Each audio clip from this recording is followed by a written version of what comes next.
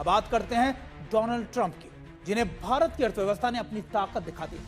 साल 1986 की superhit film Karma में वो डॉक्टर डैंक बने अनुपम खेर का एक मशहूर डायलॉग आपको याद होगा, इस थप्पड़ की गूंज सुनी तुमने।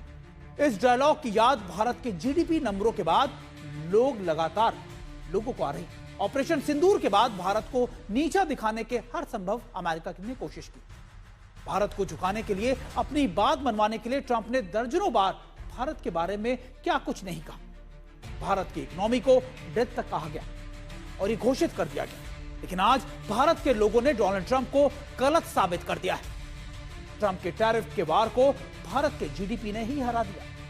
दूसरी तिमाही में जिस तरीके से विकास दर 8.2% पहुंची है, उसने सभी को चौंका दिया है। सबको लग रहा है कि अमेरिकी टैरिफ लगने से भारत की विकास दर धीमी पड़ेगी, लेकिन 140 करोड़ से ज्यादा लोगों के देश ने हर आशंका को मिलाकर गलत साबित कर दिया है। और डोनाल्ड ट्रंप ने भारत को दबाव में लेने के लिए रूस से तेल खरीदने की सजा के तौर पर 50% टैरिफ लगाया था। ट्रंप ने इस तरीके से भारत को सबसे ज्यादा टैरिफ वाले देशों की सूची में डाल दिया था, लेकिन भारत की विकास रफ्तार बता रही है कि ट्रंप हार गए। भारत की इकोनॉमी जीत गई और भारत ने अमेरिका को एक आईना भी दिखा दिया। दूसरी तिमाही यानी जुलाई सितंबर में भारत की विकास दर 8.2 रही। पिछले साल इसी तिमाही में यह करीबन 5.6।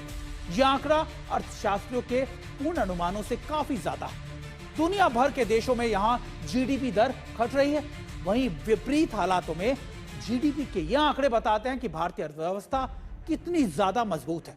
कहा जा सकता है कि ट्रंप का टैरिफ भारत की अर्थव्यवस्था के आगे ही हार गया।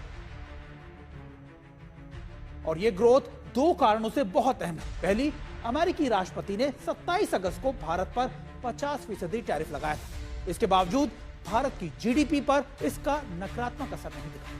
वहीं दूसरी अहम बात यह कि जीडीपी छूट यानी जीएसटी छूट 22 सितंबर को लागू हुई। इसका पूरा असर अभी अक्टूबर और दिसंबर में दिखेगा।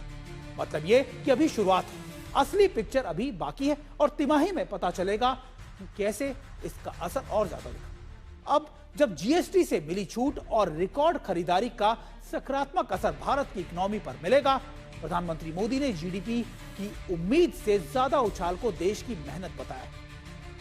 और अब आपको बताते हैं कि जीडीपी पर अमेरिकी टैरिफ का असर क्यों नहीं पड़ा, जबकि अमेरिका हमारा सबसे बड़ा ट्रेडिंग पार्टनर था। तो इसका जवाब यह है कि दूसरी तिमाही में खपत बढ़ी है, जो हमारी जीडीपी का 57% है। तो खपत बढ़ने का फायदा इकोनॉमी को मिला। दूसरी बड़ी वजह यह थी कि अमेरिकी टैरिफ से पहले भारतीय कंपनियों का उत्पादन और निर्यात बढ़ना था। तीसरी तिमाही या तीसरी वजह आप कह सकते हैं महंगाई का घटना भी है। पिछले महीने ही आंकड़े आए थे कि पिछले 8 सालों में सबसे कम महंगाई इस वक्त देश में है। लेकिन कहानी यही नहीं खत्म होती। इकोनॉमी ही कहीं या किसी भी देश की ताकत होती है और वही तय करती है। अमेरिका सबसे बड़ी इकोनॉमी है, इसलिए उसके पास सबसे अत्याधुनिक हथियार है। चीन भी दूसरी सबसे बड़ी इकोनॉमी है, फिर भी विकास दर में मामले में वो भारत से पीछे है। और मैं आपको प्लाज्मा पे लिए चलता हूं और आपको दिखाने की कोशिश करता हूं कि जिसने भारत की विकास दर यानी हिंदुस्तान की ताकत को कैसे बढ़ा दिया। 3 साल के ये आंकड़े, 3 साल का आकलन मैं आपको दिखाना चाहता हूं।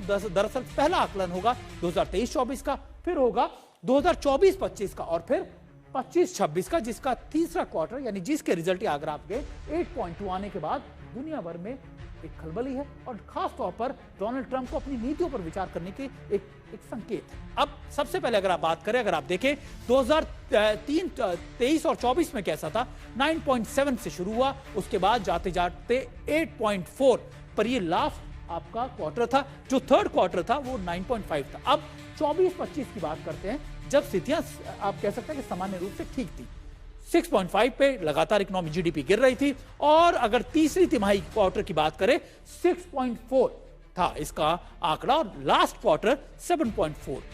और अब अगर आप बात करें इस क्वार्टर की, जिसका रिजल्ट आया 8.2, यानी पिछले साल के मुकाबले जो 6.4 था वो अब 8.2 पर है, यानी करीब करीब 2% से ज्यादा का उछाल। और शायद डोनाल्ड ट्रंप के लिए यही चिंता का विषय है कि सभी आपने काम कर लिए, लेकिन फिर भी भारत की इकोनॉमी बढ़ती रही। अब मैं आपको दिखाने की कोशिश करता हूं कि कौन कौन से सेक्टर ने सबसे ज्यादा, या फिर आप कह सकते हैं उन्होंने बेहतरीन अपना रिस्पांस दिया है। अगर आप बात करें मैन्युफैक्चरिंग की, ये 2024-25 के आंकड़े हैं और ये 25-26 के आंकड़े हैं। दोनों सालों के आंकड़े मैं आपको दिखाने की कोशिश कर रहा हूं, समझाने की कोशिश कर रहा हूं। मैन्युफैक्चरिंग 2.1 और यहां पर 9.1, ये उछाल आप समझिए करीब करीब आप मानिए 7% का उछाल है।